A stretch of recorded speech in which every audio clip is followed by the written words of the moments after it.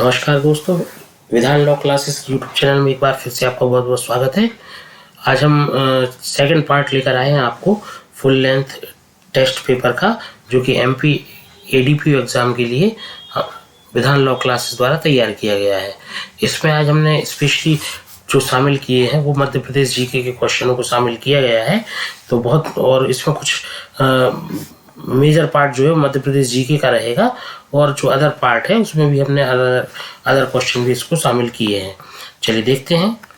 सबसे पहला प्रश्न है, अधर कांच गांव, असल में ये अधर कांच नहीं है, थोड़ा सा टाइपिंग मिस्टेक है। ये है अंधार कांच, अंधार कांच गांव, अंधार कांच गांव, टाइपिंग मिस्टेक है थोड़ा सा। अंधार कांच, ये आप थोड़ा सुधार लीजिएगा। अंधार कांच गांव, जो कि मोतियों की पारंपरिक गलसन माला के लिए जाना जाता है, मध्य प्रदेश के निम्नलिखित में से किस जिले पे स्थित है? तो अंधार कांच गांव जो है वो मोतियों की जो ट्राइबल एरिया है उसमें जो मोतियों की स्पेशल मालाओं के लिए जाना जाता है अंधार कांच गलसन, जिसको बोलते हैं गलसन माला, गलसन माला, इसकी कला के लिए जाना जाता है अंधार कांच गांव। बहुत महत्वपूर्ण क्वेश्चन है, एग्जाम में आ चुका है ये कल्चर से एमपी के। तो ये इसका सही उत्तर है अलीराजपुर, अलीराजपुर। ठीक है, अलीराजपुर की जो अंधार कांच गांव है वो मोतियों की माला, गलसन माला के लिए विश्वविख्यात है। और आपको पता हो तो अलीराजपुर देश में न्यूनतम शिक्षित जिला है। अलीराजपुर देश में न्यूनतम शिक्षित जिला है, मध्य प्रदेश में तो है ही है न्यूनतम शिक्षा दर वाला जिला। ठीक है, अलीराजपुर। और इसी के साथ साथ एक अलीराजपुर में एक जगह है भावरा गांव, सुना होगा आपने, भावरा गांव, भावरा गांव, अलीराजपुर। यहाँ जन्म हुआ था चंद्रशेखर आजाद का, जो नेशनल मूवमेंट के लीडर हैं चंद्रशेखर आजाद, इनका जन्म स्थल ही है भावरा गांव, अलीराजपुर। और अब इसका नाम भी बदलकर जो है भावरा गांव का वो हो गया है चंद्रशेखर आजाद नगर। ठीक है, चलिए आगे देखते हैं। जवाहरलाल नेहरू द्वारा लोकसभा की जनक की उपाधि किसे प्रदान की गई थी? लोकसभा की जनक की, जैसा कि आपको पता होगा, जो भारतीय शासन व्यवस्था में जो भारत की संसद है, जो भारत में विधि निर्माण की शक्ति रखती है, भारतीय संसद, ये लोकसभा प्लस राज्यसभा और प्लस राष्ट्रपति, इन तीनों को जो हम संयुक्त रूप से, इन तीनों के सहयोग से या संयुक्त रूप से मिलकर बनती है भारत की संसद, जो कि लोकसभा कहलाता है संसद का निम्न सदन या लोअर हाउस, राज्यसभा कहलाता है अपर हाउस या उच्च सदन, और राष्ट्रपति स्वतंत्र एक इंडिविजुअल व्यक्ति होता है। ठीक है, अब ये सदन होते हैं, इसमें 545, इसमें 245, इसमें 545 और राज्यसभा में 500, लोकसभा में 545 और राज्यसभा में 245 सीटें हैं। अब इसमें हम देखें कि जो हमारे इस प्रश्न का सही उत्तर है गणेश वासुदेव मावलंकर। ये 14 अगस्त 1947 तक, 14 अगस्त 1947 तक जो भारत में केंद्रीय विधानसभा थी, केंद्रीय विधानसभा, केंद्रीय विधानसभा, उसके अध्यक्ष कौन थे? ये प्रश्न घुमाकर पूछा जा सकता है। केंद्रीय विधानसभा के अध्यक्ष थे जीवी मावलंकर। और बाद में जब चुनाव हुआ और 1952 में देश का पहला आम चुनाव संपन्न हुआ, और इसमें मई में ये चुने गए थे लोकसभा के अध्यक्ष। तो ये पहले लोकसभा अध्यक्ष भी थे, पहले लोकसभा, इंडिया के फर्स्ट लोकसभा स्पीकर। अभी कौन है फर्स्ट लोकसभा अध्यक्ष, लोकसभा स्पीकर? वर्तमान में है ओम बिरला, ओम बिरला। अच्छा, आपसे एक और क्वेश्चन पूछा जाए, फर्स्ट महिला लोकसभा अध्यक्ष कौन है? फर्स्ट लोकसभा की महिला अध्यक्ष सुमित्रा महाजन मत कहिएगा, वो दूसरी थी, इसके पहले बन चुकी थी मीरा कुमार, बिहार से आती हैं कांग्रेस से मीरा कुमार, बाबू जगजीवन राम की बेटी हैं ये मीरा कुमार, सासाराम बिहार से चुनाव लड़कर आती हैं, फर्स्ट लोकसभा महिला अध्यक्ष थी जो। और देश के पहले लोकसभा अध्यक्ष कौन थे? गणेश वासुदेव मावलंकर। और ये पहले, उसके पहले केंद्रीय विधानसभा के जो है अध्यक्ष रहे थे और इसके बाद इन्होंने एक अच्छे वक्ता के रूप में अहमदाबाद से आते थे संसद, कांग्रेस की सीट से अहमदाबाद से जीत कर आते थे चुनाव संसद का, और वहाँ ये लोकसभा में अपना नेतृत्व करते थे लोकसभा अध्यक्ष के रूप में। ठीक है, चलिए अगला प्रश्न देखते हैं। 2014 में पाकिस्तान के किस कार्यकर्ता के साथ शांति नोबेल पुरस्कार के सह प्राप्तकर्ता होने वाले भारतीय का नाम बताइए। तो जो आपको पता हो कि जो नोबेल पुरस्कार है वो एक से अधिक व्यक्तियों को मिल सकता है। अल्फ्रेड नोबेल के नाम से स्टार्ट हुआ था और स्वीडन की राजधानी से दिया जाता है ये पुरस्कार। ठीक है ना। अब अगर हम शांति के नोबेल पुरस्कार की बात करें, फिर खैर हम नोबेल पुरस्कार अलग पढ़ेंगे, अलग अलग शांति के नोबेल पुरस्कार के बारे में अलग से पढ़ेंगे। तो 2014 में पाकिस्तान की एक्टिविस्ट थी, उनके साथ जो है एक भारतीय को भी पुरस्कार मिला था। तो जो मलाला यूसुफजई हैं, ये पाकिस्तान की एक्टिविस्ट हैं जो कि पाकिस्तान में बालिका शिक्षा के क्षेत्र में काम कर रही है। पाकिस्तान में बालिका शिक्षा के क्षेत्र में काम कर रही है मलाला यूसुफजई। ठीक है।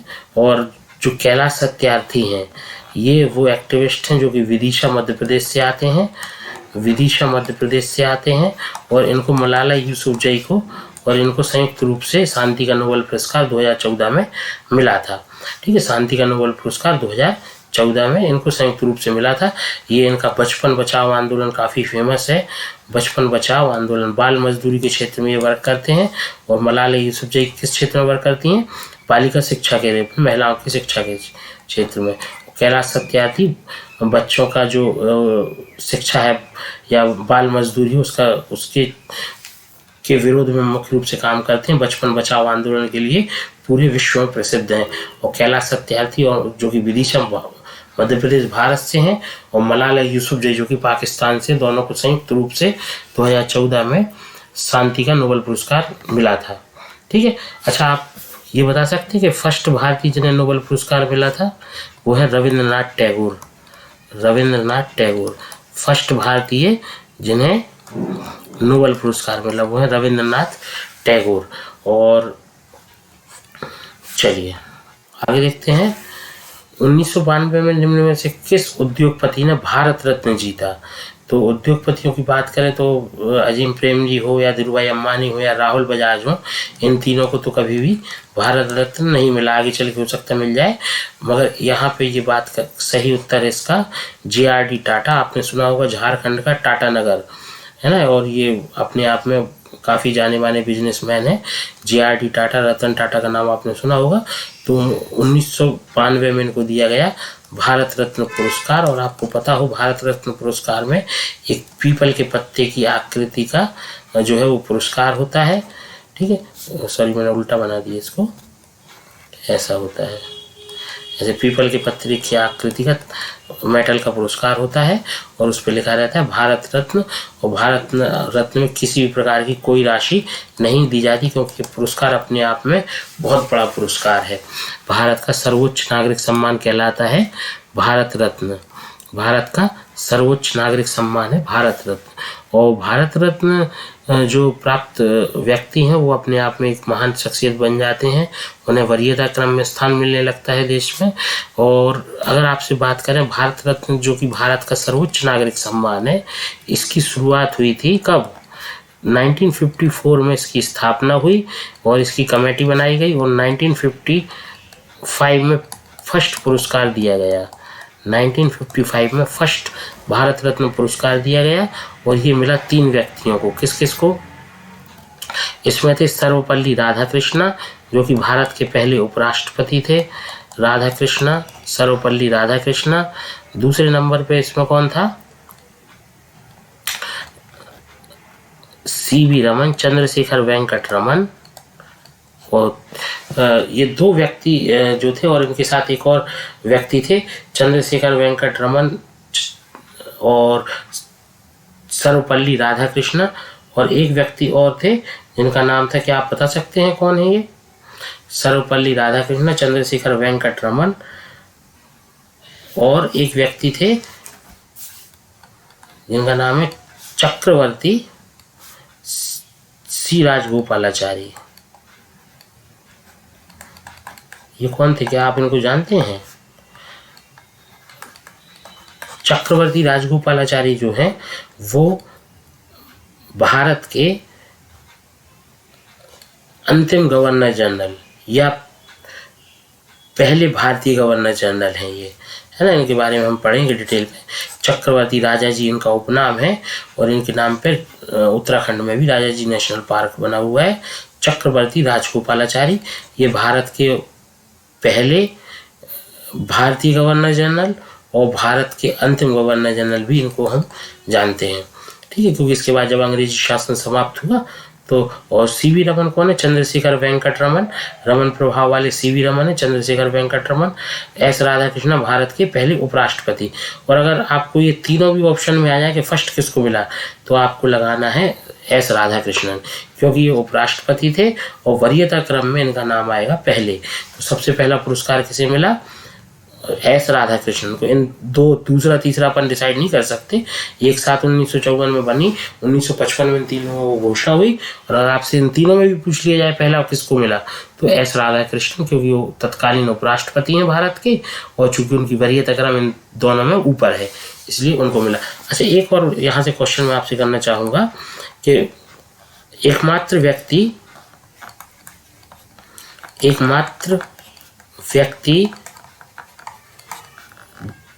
जिन्हें भारत का सर्वोच्च नागरिक सम्मान कौन सा है? भारत का सर्वोच्च नागरिक सम्मान, हाईएस्ट सिविलियन अवार्ड, सर्वोच्च नागरिक सम्मान कौन सा है? भारत का। ये है भारत रत्न। और पाकिस्तान का सर्वोच्च कौन सा है? पाकिस्तान का जो सर्वोच्च है वो है निशान पाकिस्तान। ये पाकिस्तान का सर्वोच्च नागरिक सम्मान, निशान पाकिस्तान।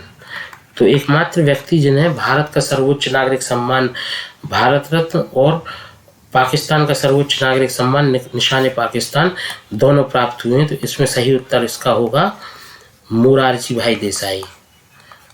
मोरारजी देसाई ये भारत के पूर्व प्रधानमंत्री हैं या भारत के पहले गैर कांग्रेसी प्रधानमंत्री। जब इंदिरा गांधी 1975 में इमरजेंसी के बाद ये प्रधानमंत्री बने थे, 1975 के बाद 1970 में कुछ समय के लिए इनको ये बने प्रधानमंत्री, मगर बाद में सरकार गिर गई। अपन कभी और चर्चा करेंगे इसके बारे में। तो ये गैर कांग्रेसी पहले प्रधानमंत्री हैं भारत के, मोरारजी भाई देसाई। ये दोनों एकमात्र व्यक्ति हैं जिन्हें दोनों पुरस्कार प्राप्त हुए। भारत का सर्वोच्च नागरिक सम्मान भारत रत्न और पाकिस्तान का सर्वोच्च नागरिक सम्मान निशान पाकिस्तान। और 1992 में किस उद्योगपति ने भारत रत्न जीता? ये थे JRD टाटा। चलिए अगला प्रश्न देखते हैं। द्रोणाचार्य पुरस्कार निम्न में से किस उत्कृष्टता के लिए दिया जाता है? क्या क्रिकेट के लिए दिया जाता है द्रोणाचार्य पुरस्कार, या फिर द्रोणाचार्य पुरस्कार दिया जाता है तीरंदाजी के लिए, या फिर दिया जाता है ट्रैक और फील्ड के लिए, या खेल प्रशिक्षण के लिए? तो अगर मैं आपको बता दूं कि द्रोणाचार्य पुरस्कार जो है वो दिया जाता है भारत सरकार के द्वारा दिया जाता है, और ये दिया जाता है खेल प्रशिक्षक को, कोच को। खेल प्रशिक्षक या जो किसी भी गेम के जो कोच होंगे उनको दिया जाएगा द्रोणाचार्य पुरस्कार। और इसके बारे में थोड़ा सा और मैं बता देता हूँ। द्रोणाचार्य पुरस्कार की जो शुरुआत हुई थी वो 1985 में हुई थी, 1985 में हुई थी द्रोणाचार्य पुरस्कार की शुरुआत। और अब तक 104 लोगों को ये पुरस्कार दिया जा चुका है और इसकी जो राशि है वो है 15 लाख रुपए। पुरस्कार मिलता है, पदक मिलता है और द्रोणाचार्य बनी हुई एक अवार्ड की जो फोटो है, एक मूर्ति है द्रोणाचार्य की, वो मिलती है मेटल की, ठीक है। और 104 लोगों को ये पुरस्कार अब तक मिल चुका है। और बहुत सारे क्वेश्चन बनते हैं कि भाई पहले विजेता कौन थे? भलाचंद भास्कर भागवत थे, ओम प्रकाश भारद्वाज और OM नेम्बियर इसके प्रथम विजेता थे द्रोणाचार्य पुरस्कार के, ठीक है। तो अब इसमें अपन को याद रखना है कि द्रोणाचार्य पुरस्कार किसे दिया जाता है? वो दिया जाता है खेल प्रशिक्षक को, खेल प्रशिक्षण या खेल प्रशिक्षक, कोच, ठीक है। अगला देखते हैं, मध्य प्रदेश में कुल कितने कृषि जलवायु क्षेत्र हैं? तो कृषि जलवायु के आधार पर कृषि का बंटवारा या कृषि के उत्पाद के अनुसार जलवायु को प्रभावित करने वाले जो कारक हैं, जलवायु से प्रभावित होते हैं, ऐसे कुल 11 क्षेत्र मध्य प्रदेश में। तो ये बहुत कॉमन क्वेश्चन है एमपी का कि कितने कृषि जलवायु क्षेत्र हैं। तो कुल 11 कृषि जलवायु क्षेत्र मध्य प्रदेश में पाए जाते हैं। ठीक है, अगला है मध्य प्रदेश में अटल बिहारी वाजपेयी भारतीय सूचना प्रौद्योगिकी संस्थान एवं प्रबंधन संस्थान कहाँ है। इसके पहले मैं और आपको 2-3 प्रश्नों कर देता हूँ क्लियर। ये बहुत इंपॉर्टेंट क्वेश्चन है, ये सब याद रखिएगा आप। लक्ष्मीबाई शारीरिक प्रशिक्षण संस्थान, लक्ष्मीबाई शारीरिक प्रशिक्षण संस्थान, इसको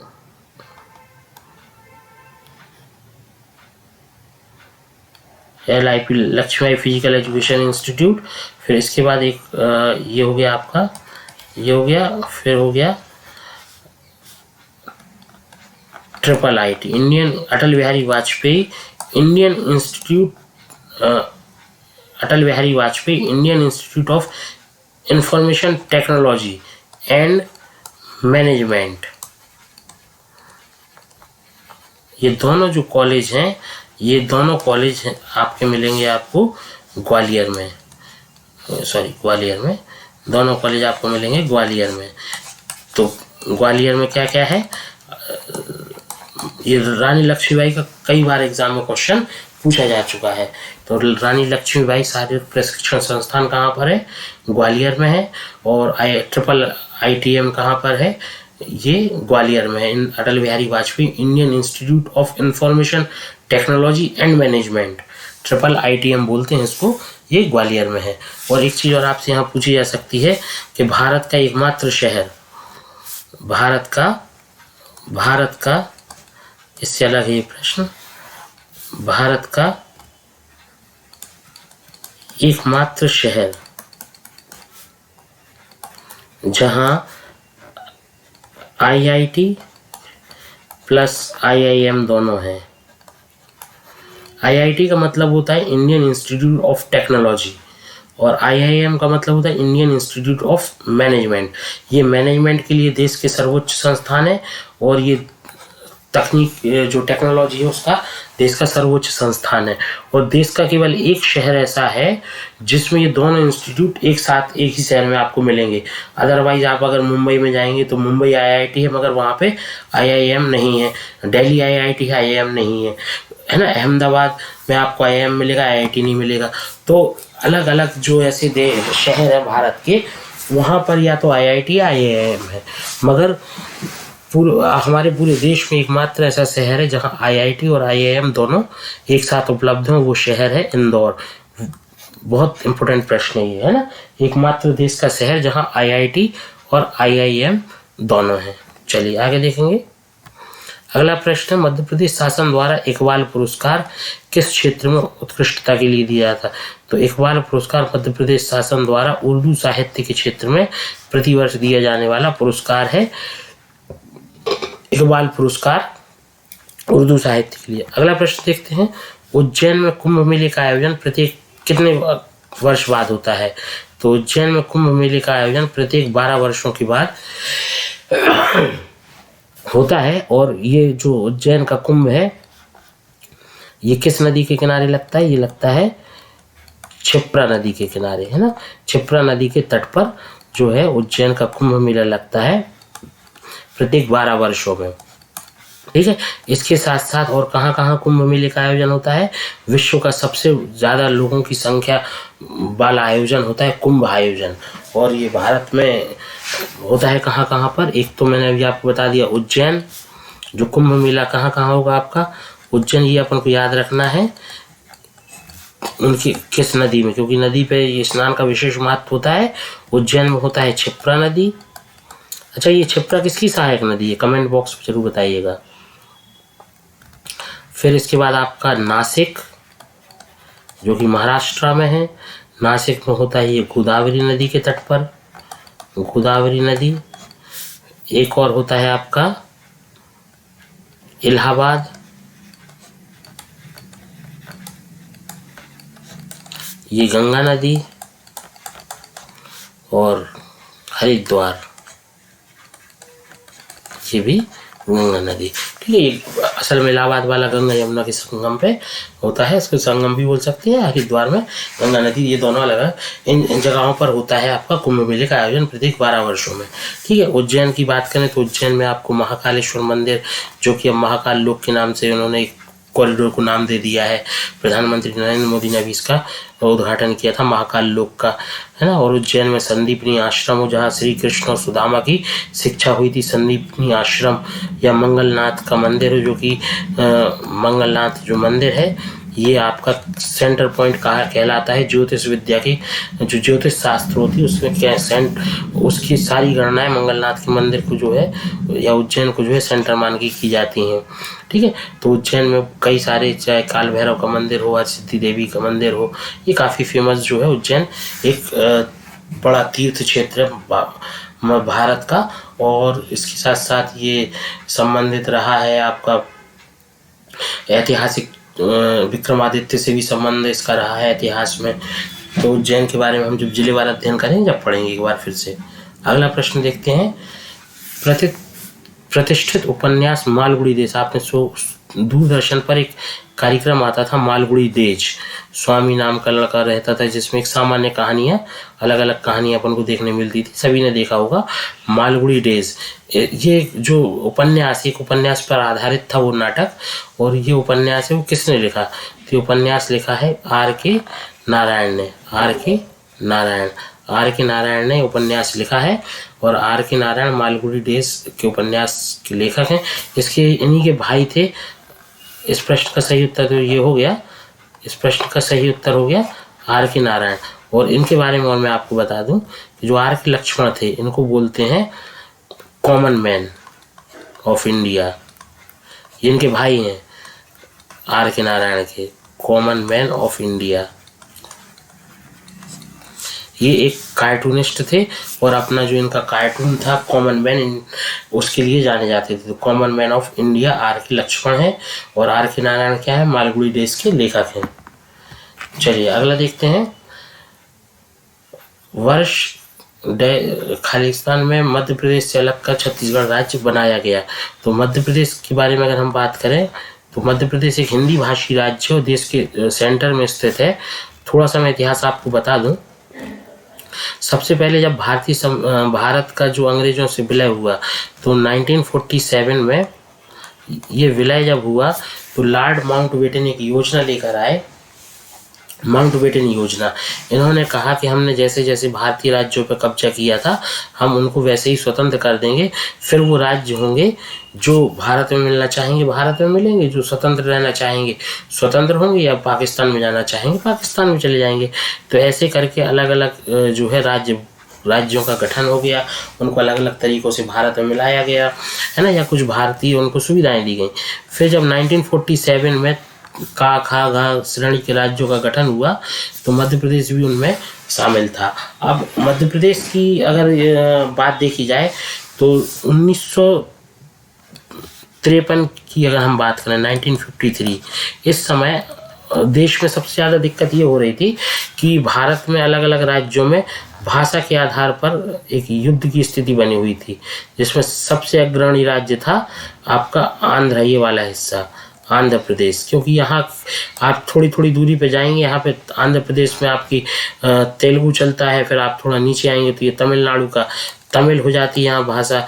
ये वाला इलाका केरल का मलयालम वाला इलाका है ना, केरल में मलयालम। फिर आप थोड़ा ऊपर आ जाएंगे कर्नाटका, तो ये कन्नड़ वाला भाषा। तो ये, और इसके थोड़ा ऊपर और आप आ जाएंगे तो महाराष्ट्र मराठी वाला इलाका, है ना। तो ये जो आसपास की जो संस्कृति का मिक्सअप हो रहा था जब, तो इसमें ये मांग उठ रही थी कि भाषा के आधार पर राज्यों का गठन किया जाए। तो 1953 में सबसे ज़्यादा ये मांग उठी आंध्र प्रदेश में, और आंध्र प्रदेश में ये मांग उठी, और इसमें एक नेता थे पट्टमी श्रीरामुल्लू, और ये पट्टमी श्री राम उल्लू ने आंदोलन किया और आमरण अनशन के दौरान इनकी मृत्यु हो गई, जिससे आंदोलन उग्र हो गया और सरकार को अंततः घोषणा करनी पड़ी कि भाषा के आधार पर राज्यों का गठन किया जाना चाहिए या कर देंगे। और सबसे पहला राज्य बना दिया भाषा के आधार पर गठित होने वाला आंध्र प्रदेश। सरकार इसलिए नहीं चाह रही थी क्योंकि भाई देश वैसे ही टुकड़ों में बट गया धर्म के आधार पर, और अगर हम भाषा के आधार पर इसके टुकड़े करते हैं तो ये आगे चल के जो देश में इंटरनल वार की स्थिति बन सकती। तो इसलिए लगातार नेता इसको डिनाई कर रहे थे कि भाषा के आधार पर राज्यों का गठन हो। परंतु जब आंदोलन उग्र होने लगे तो सरकार को झुकना पड़ा और 1953 में आंध्र प्रदेश भाषा के आधार पर एक नया राज्य बना और इसकी राजधानी कुन्नूर बनी उस समय, और बाद में चल के ये हैदराबाद बनी। फिर अभी फिर डिस्प्यूट हुआ उसमें, तो अलग अलग ऐसा मैटर किस तरह है।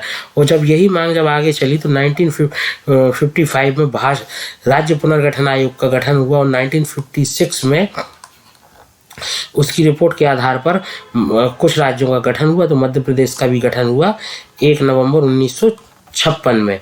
जब 1 नवंबर 1956 में मध्य प्रदेश का गठन हुआ तो वर्तमान का जो मध्य प्रदेश है वो और वर्तमान का जो छत्तीसगढ़ है वो इसका हिस्सा था, और कुछ पार्ट राजस्थान का भी इसमें था और कुछ पार्ट इसमें महाराष्ट्र का भी वर्तमान के था। अब इसमें ये तो हुआ गठन मध्य प्रदेश का। फिर बाद में जब स्थितियाँ परिवर्तित हुई तो 1 नवंबर 2000 में पुनः मध्य प्रदेश को 2 भागों में विभाजित कर दिया गया और ये बना छत्तीसगढ़ बना, मध्य प्रदेश से हटकर एक नया राज्य। ठीक है, तो इसका प्रश्न का सही उत्तर है 2000। ऑस्कर जीतने वाले पहले भारतीय कौन थे? तो इसके बारे में आपको बता दूं, सत्यजीत रे, इनकी कला है पाथेर पांचाली। AR रहमान की स्लम डॉग मिलेनियर, इनने इसमें म्यूजिक कंपोज किया था स्लम डॉग मिलेनियर।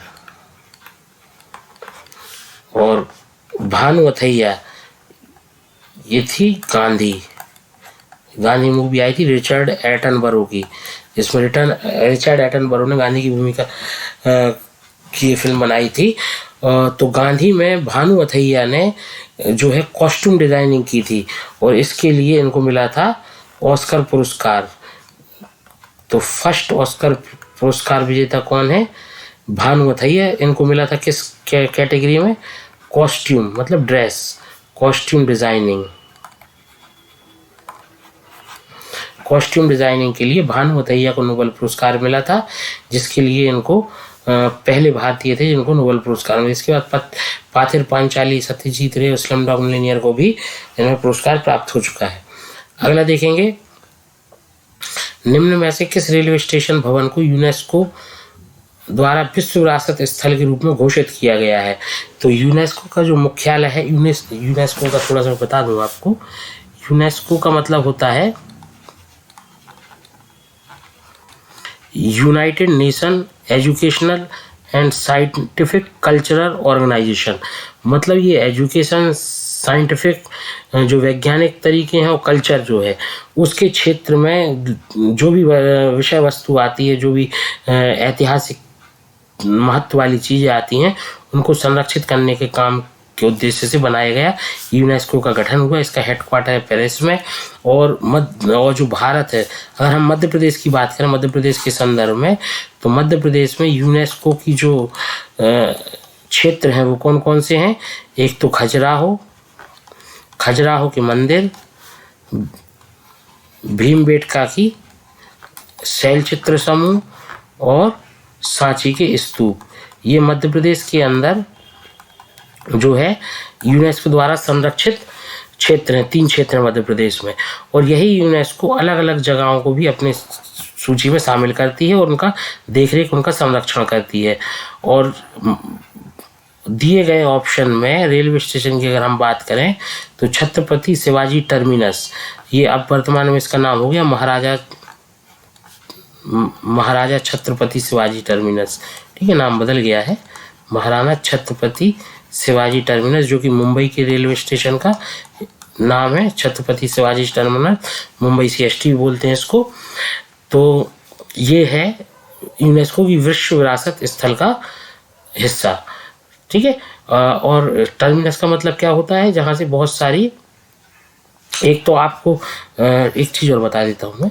टर्मिनस का मतलब होता है जैसे रेलवे की, ये रेलवे लाइन है, अगर एक जगह से, एक स्टेशन से कई सारी लाइनें इस तरीके से जा रही है तो ये कहलाता है क्या, जंक्शन।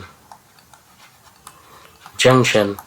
और अगर रेलवे लाइन, बहुत सारी जगह से रेलवे लाइन आकर एक जगह एंड हो जाए, फिर वहाँ आगे जाने का रास्ता ना हो, वहाँ से वापस जाने का ही रास्ता, उसको बोलते हैं टर्मिनस। इसको बोलते हैं टर्मिनस रेलवे की भाषा में। ठीक है। तो इस प्रश्न का सही उत्तर है महाराजा छत्रपति शिवाजी टर्मिनस, मुंबई। अगला प्रश्न, मध्य प्रदेश में प्रसिद्ध प्लेबैक गायक किशोर कुमार का जन्म स्थान। तो किशोर कुमार का जन्म स्थान आप सभी को पता है, खंडवा। किशोर कुमार जो गायक थे उनका मध्य प्रदेश के खंडवा में जन्म हुआ था। फिर है, क्षेत्रफल के संदर्भ में मध्य प्रदेश भारत का सबसे बड़ा राज्य है। किस नंबर का सबसे बड़ा राज्य है? तो क्षेत्रफल की अगर हम बात करें तो फर्स्ट नंबर पे आता है राजस्थान, सेकंड नंबर पे आता है मध्य प्रदेश। तो क्षेत्रफल की दृष्टि से मध्य प्रदेश देश का दूसरा सबसे बड़ा राज्य है। फिर खजुराहो पर प्रत्येक वर्ष लोक रंजन नामक राष्ट्रीय त्योहार आयोजित होता है, जिसका संबंध निम्न में से किसके साथ है? तो याद रखिएगा, इस तरीके का ऑप्शन आएंगे, आप कंफ्यूज होंगे। लोक रंजन जो उत्सव होता है अंतर्राष्ट्रीय स्तर का खजुराहो में, वो लोक नृत्य और कला के क्षेत्र का, केवल शास्त्रीय का नहीं है, वो लोक नृत्य और कला का फंक्शन होता है। इसको बहुत अच्छे से याद रखना, क्योंकि ऑप्शन में कंफ्यूज होते हैं, है ना। लोक नृत्य और कला का उत्सव है खजुराहो लोक रंजन राष्ट्रीय उत्सव। फिर अगला प्रश्न, मध्य प्रदेश के निम्नलिखित में से किस जिले में बंदर कूदनी मार्बल के पहाड़ है? तो याद रखिएगा, जब भी मार्बल की अगर बात आए और आपसे कोई क्वेश्चन ना बने तो आप जबलपुर को टिक करके आइएगा, क्योंकि मध्य प्रदेश में जो मार्बल है, चूना पत्थर आपका कटनी से मिलना प्रारंभ होता है, और मुख्य रूप से जब ये जबलपुर वाले रीजन में हम पहुंचते हैं तो वहाँ पे हमें क्या मिलते हैं, मार्बल के पत्थर या चट्टानें मिलती हैं, जिसमें भेड़ाघाट प्रमुख है। भेड़ाघाट आपने देखा होगा, भेड़ाघाट जबलपुर में नर्मदा नदी के तट पर बना हुआ है, और ये बंदर कूटनी भी मार्बल के पहाड़ हैं, जो कि भेड़ाघाट के पास ही जबलपुर में स्थित है। तो इस प्रश्न का सही उत्तर है जबलपुर। अगला प्रश्न है, महाभारत में चंदेरी शहर का उल्लेख किया गया है। महाभारत काल के दौरान चंदेरी का शासक कौन था? तो रावण तो था नहीं भैया, कंस भी नहीं था, अर्जुन भी नहीं था। चंदेरी का शासक था शिशुपाल। चंदेरी का शासक कौन था? शिशुपाल। और बाद में ये चंदेरी एक बहुत ऐतिहासिक क्षेत्र रहा, मेदिनी राय के साथ आपके बाबर के युद्ध के लिए भी जाना जाता है, चंदेरी साड़ियों के लिए भी जाना जाता है ना। और अगर इस प्रश्न की बात करें तो महाभारत काल में चंदेरी का शासक कौन था? शिशुपाल था। आशा करता हूँ आपको सेशन अच्छा लगा होगा। इस तरीके की और वीडियो देखने के लिए आप चैनल को लाइक करें, वीडियो को लाइक करें, चैनल को सब्सक्राइब करें। Thank you.